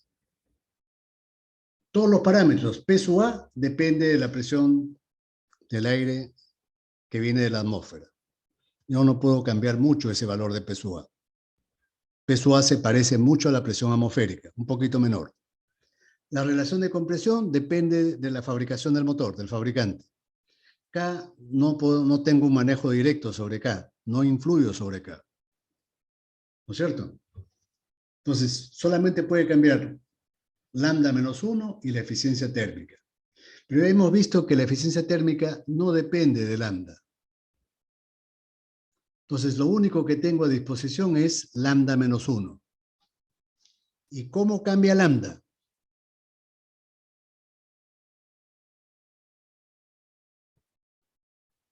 Lo acabo de explicar hace un momento, unos minutos. ¿Cómo cambiaba lambda? ¿De qué dependía? No dijimos que cuando aumentaba Q sub A, el factor que cambiaba era lambda menos 1. Cuando yo aumento más calor, el punto Z se desplaza hacia arriba. Y al desplazarse hacia arriba, lambda crece, porque lambda es PZ sobre PC, o TZ sobre TC. Como se ha elevado hacia arriba el punto Z, esto crece.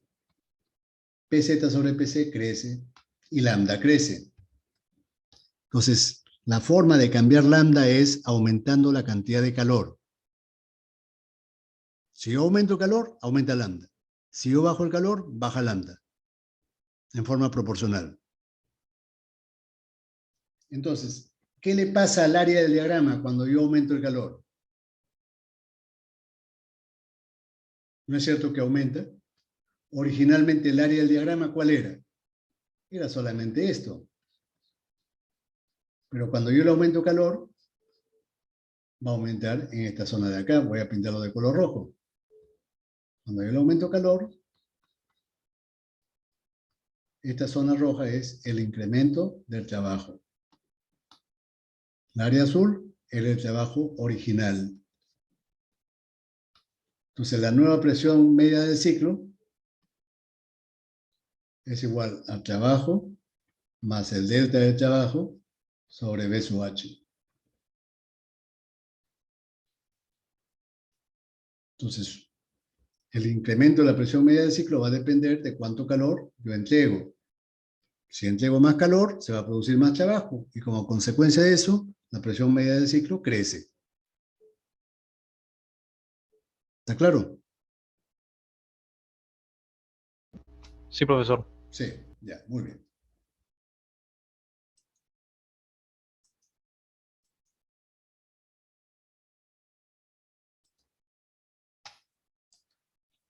Ya. Entonces, acá se está viendo esto, ¿no? En este gráfico, ¿no? Cuando yo paso lambda de 1,5 a 3,5, aumento lambda, aumentando la cantidad de calor, repito. La forma para que lambda crezca es aumentando la cantidad de calor. Entonces yo aumento lambda aumentando el calor y obviamente la presión media va a crecer casi en forma proporcional. Es una recta, tal como me indica esta flecha roja, ¿no? ¿Está claro? La presión media casi crece en forma proporcional a lambda. Digo casi proporcional porque acá no es lambda solamente, ¿no? Sino lambda menos 1.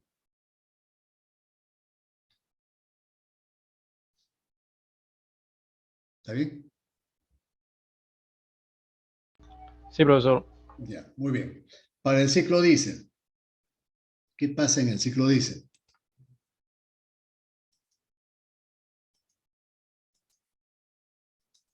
Otra pizarra. La eficiencia térmica del ciclo diésel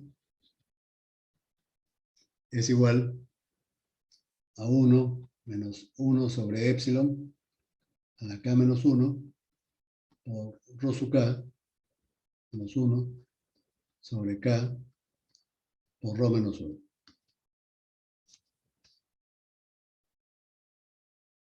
Entonces, vemos que la eficiencia térmica depende, como en el caso del ciclo Otto, depende de epsilon, depende de k, pero también depende de otro parámetro, rho. La variación de la eficiencia en función de epsilon y de k es de forma muy parecida al caso del ciclo Otto. Es decir, si nosotros dibujáramos cómo cambia la eficiencia térmica en función de epsilon, también crece.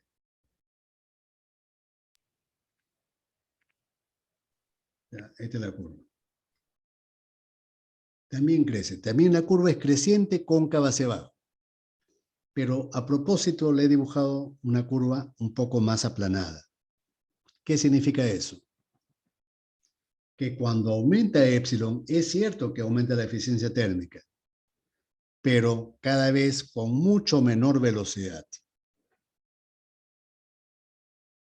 Es decir, yo aumento la relación de compresión, lo cual tecnológicamente no es fácil, y sin embargo yo noto solamente una pequeña diferencia en la eficiencia. Cuesta mucho trabajo aumentar la relación de compresión, tecnológicamente, económicamente, para lograr resultados magros. Aumenta, sí, pero aumenta muy poco. ¿No es cierto? Entonces, por eso mencioné hace unos minutos atrás de que los fabricantes de motores diésel no utilizan este método para aumentar la eficiencia. Ellos recurren a otros métodos, a los que indiqué, ¿no? Aumentan la presión de inyección, utilizan los turbocompresores, mejoran la aerodinámica de los colectores de admisión y de escape, mejoran la forma de la cámara de combustión, pero no recurren a aumentar epsilon porque los resultados son magros. Cuesta mucho esfuerzo y los resultados muy pobres, ¿no? Y entonces, ¿por qué ocurre eso? A ver, la influencia de acá es muy parecida al caso del ciclo Otto que hemos analizado, ¿no? También vamos a utilizar K igual a 1,3 como promedio en ciclos teóricos. No vamos a utilizar 1,4 salvo que yo literalmente lo indique, textualmente lo indique. Si no, vamos a utilizar el valor que indique ahí el texto, 1,3. ¿Cómo influye rho? ¿Cómo influye rho? Veamos. Resulta que la influencia de rho es inversa. Si yo dibujo la eficiencia térmica en función de rho, la tendencia es inversa, comienza a decrecer. Comienza a decrecer. Yo aumento la cantidad de calor y la eficiencia térmica, en vez de crecer, disminuye. ¿Cómo lo habíamos definido Rho? ¿Recuerdan ustedes? Recuerdan que cuando mencionábamos el calor Q sub A para el ciclo diésel era igual a C sub P por T sub C por Rho menos 1. Y T sub C era igual a T sub A por epsilon a la K menos 1. Entonces, cuando yo inyecto más combustible en un motor real, Rho crece. En el ciclo teórico, si yo aumento la cantidad de calor, Rho también crece. Pero sorprendentemente, cuando aumenta Rho, la eficiencia térmica decrece. ¿Por qué ocurre eso? Veamos. Vamos a analizarlo primeramente analíticamente, ¿ya? Después en forma gráfica.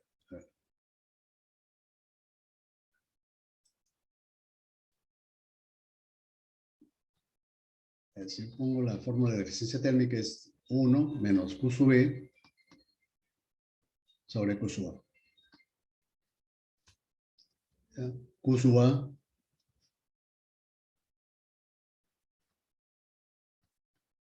es igual a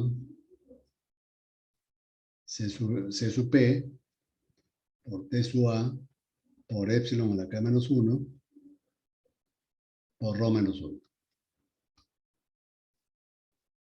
¿Y cómo es Q sub B? Q sub B es igual a C sub B por T sub A por T sub B sobre T sub A menos 1. Pero también les había dicho que es recordar esta fórmula de T sub B sobre T sub A del ciclo dual era algo muy útil. Y que esto valía lambda por Rho a la K. Pero en el ciclo diésel, ¿qué cosa se cumple? Que lambda vale 1. Y por lo tanto, T B sobre T sub A es igual a Rho a la K. ¿Ya? Por lo tanto, si yo lo reemplazo acá, va a quedar C sub B por T sub A por Rho sub K menos 1. Cuando yo reemplace esto en la fórmula de arriba, ¿qué me va a quedar? 1 menos 1 sobre epsilon a la K menos 1 por Rho a la K menos 1 sobre K por Rho menos 1.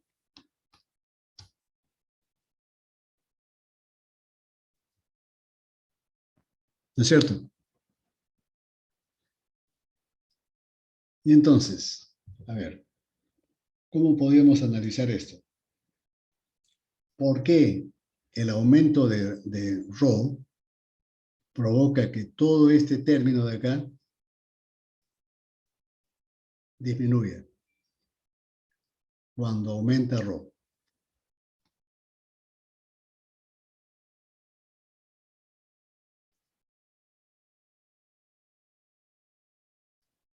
Matemáticamente podemos demostrarlo. Y en la presentación, si es que ustedes han tenido la curiosidad de verlo, hay una demostración matemática aquí. Este cociente. El numerador de este cociente, hago este artificio. Ya, hago este artificio. Le sumo 1 y le resto 1. Y esto se convierte en un binomio de Newton. Y lo desarrollo con un binomio de Newton generalizado. Y entonces se va a convertir en esto de acá. Y una serie, ¿no? Infinita. Pero después tengo que restarle este 1 acá. Le resto el 1. Pero Sí. no se está viendo lo que está compartiendo. No se está viendo. Ya, muy bien. No. Ya, muy bien. Vamos a... A ver, acá. Ya.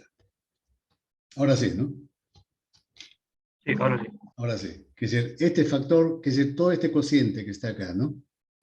Yo el numerador lo pongo, hago el artificio. Le sumo 1 y le resto 1. Y no he cambiado nada. Y esto se convierte en un binomio de Newton. Lo expando el binomio de Newton en una serie, le resto la unidad que está acá, y entonces, ¿qué cosa se va a cumplir?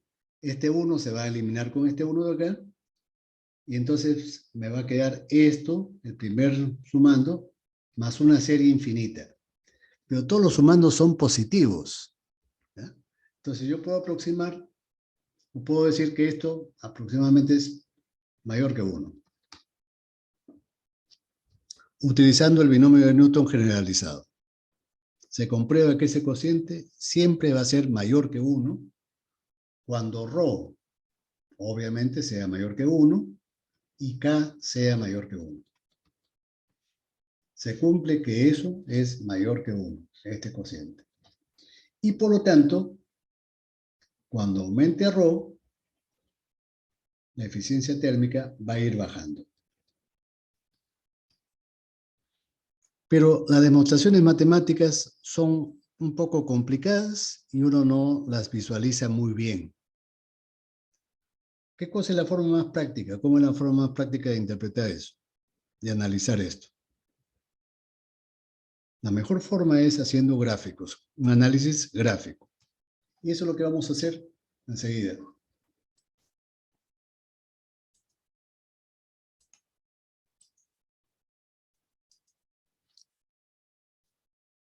Como estoy comparando eficiencias, entonces voy a hacer un gráfico TS. Cuando siempre que analice calores o eficiencias, lo más práctico es utilizar un diagrama TS.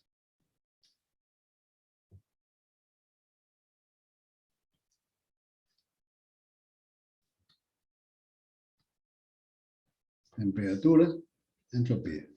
Y el diagrama del ciclo diésel sería la compresión AC, el proceso de suministro de calor a presión constante hasta el punto Z, el proceso de expansión y el proceso de rechazo de calor. Supongan ustedes que yo tengo el ciclo original así. ¿Qué pasa si yo agrego calor? Aumento el calor. Yo sé que si aumento el calor, esto va a provocar que ρ aumente. ¿Y qué punto se va a desplazar? ¿Qué punto se va a mover en el diagrama si es que yo agrego más calor?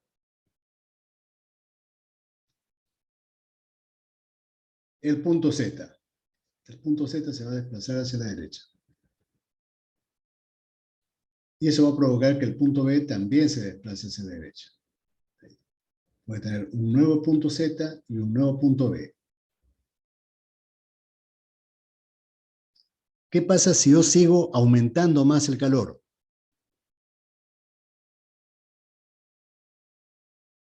¿Qué va a pasar en el límite? Si yo sigo incrementando el calor.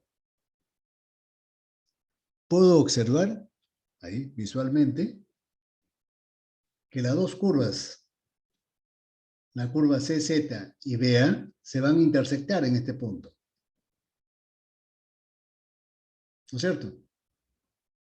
¿Qué va a pasar ahí? Acá está, esta es presión constante y este es volumen constante. Si yo hago el análisis correspondiente, inicialmente vean ustedes, esto de acá, el área que yo voy a churar, que estoy en este momento, ¿qué cosa representa esa área azul? ¿No es cierto que es delta de Q sub A? El incremento del calor que he hecho, ¿ya? El delta de Q sub A. ¿Y esta área de acá qué cosa es? La que tiene doble achurado, ¿qué cosa es? Delta de Q sub B. Delta de Q sub B, efectivamente. Si yo sigo aumentando calor, vean ustedes qué cosa pasa al final. Cuando yo agrego esta pequeña parte que está a la derecha. Toda esta área es el delta de Q sub A. Y el delta de Q sub B es casi lo mismo. En otras palabras, al final, cuando yo agrego mucho calor, la última fracción del calor que yo agrego, prácticamente tengo que rechazarlo nuevamente al medio exterior. Y solamente estaría aprovechando una pequeña fracción. ¿Cuál fracción? Solamente estaría aprovechando esto de acá. Algo mínimo. Al principio, cuando agrego calor, por lo menos aprovecho esto, todo esto. Esto se convierte en trabajo.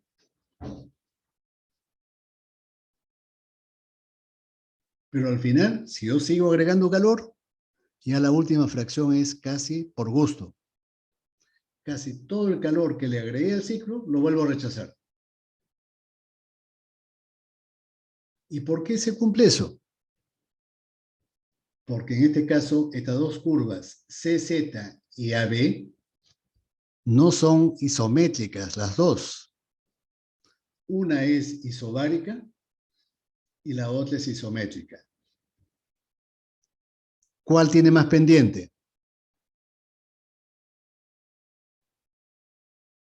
La de volumen. La isométrica, ¿no es cierto? La isométrica tiene más pendiente. ¿Qué cosa significa eso? Quiere decir que cuando yo agrego calor, la cantidad de calor que se rechaza crece más. En el ciclo Otto no ocurría eso. Si yo le agregaba 5% de calor, la cantidad de calor rechazado aumentaba en 5% también. Por eso que la eficiencia no cambiaba. Pero acá ocurre que si yo aumento 10% de calor, la cantidad de calor rechazado aumenta al 15%.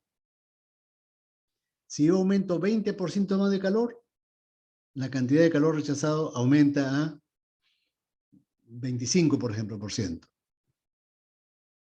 Cada vez más. Por eso que la eficiencia comienza a disminuir drásticamente cuando yo aumento el calor. ¿Está claro? Y eso se refleja en las curvas de los gráficos correspondientes. Aquí. A ver.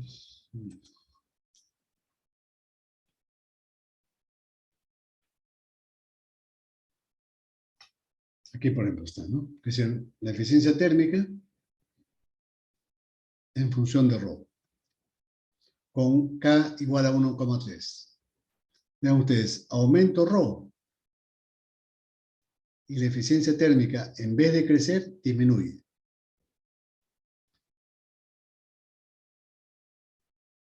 Eso en el ciclo Otto no pasaba, ¿no?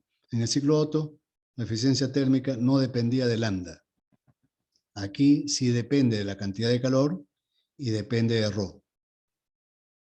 Ahora, si yo evalúo la presión media, obviamente que si aumenta ρ, va a aumentar la presión media. ¿Por qué aumenta la presión media? Eso es fácil de representar y de analizar, ¿no? ¿Cómo? Voy a dibujar, a ver, rápidamente, por la hora. Voy a dibujarlo rápidamente. A ver, en un diagrama PV yo puedo analizar eso con mayor facilidad. Supongan ustedes que el ciclo original diésel fuese este.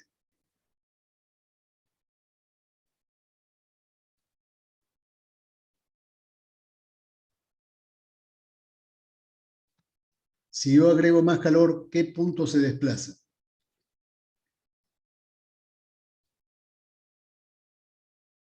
El punto Z, a la derecha. Y el punto B también crece. ¿No es cierto? Y esta área que voy a churar acá es el incremento del trabajo. La cilindrada unitaria, por supuesto, no ha cambiado. B sub H no ha cambiado. El área original del diagrama era W, esta área.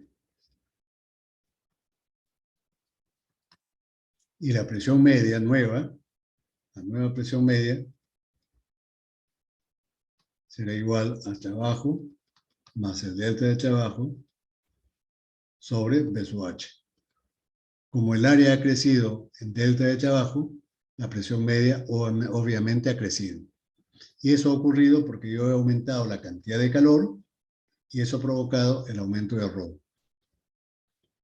Entonces es lógico, ¿no?, que cuando yo aumento la cantidad de calor, aumente el trabajo y por lo tanto aumenta la presión media. Pero eso no significa que la eficiencia haya aumentado. Como acabamos de ver, más bien la eficiencia ha disminuido. Eso ocurre en el motor diésel real, ¿no?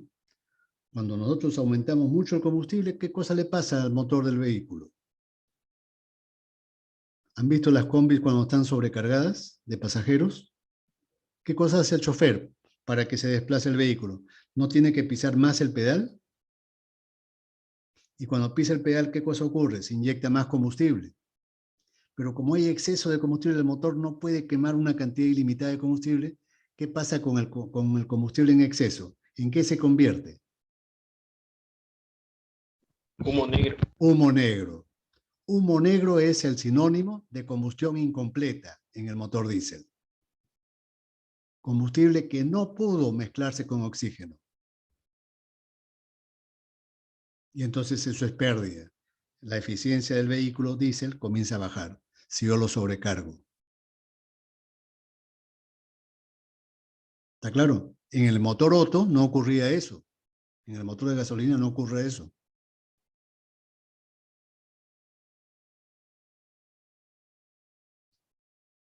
¿Ya? Esa es una limitante del motor diésel. Si yo lo sobrecargo, el motor no puede quemar más allá de cierto límite ese exceso de combustible. Y ese exceso se convierte en un humo negro. Ese humo negro es manifestación de combustión incompleta, de pérdida energética inútil. ¿Ya, jóvenes? Con eso sí, ya me despido por la cuestión del tiempo. Pero es interesante todo esto, ¿no? A pesar que las premisas son teóricas, son relativamente sencillas de entender, las conclusiones son interesantes, porque hay cierta analogía con los casos reales. Me despido, jóvenes, de ustedes. Hasta luego. Compañero, luego. Hasta luego. Hasta luego, profesor. Hasta luego. Compañero. Hasta luego. Nos vemos con todos. Gracias, profesor. De nada. Hasta luego.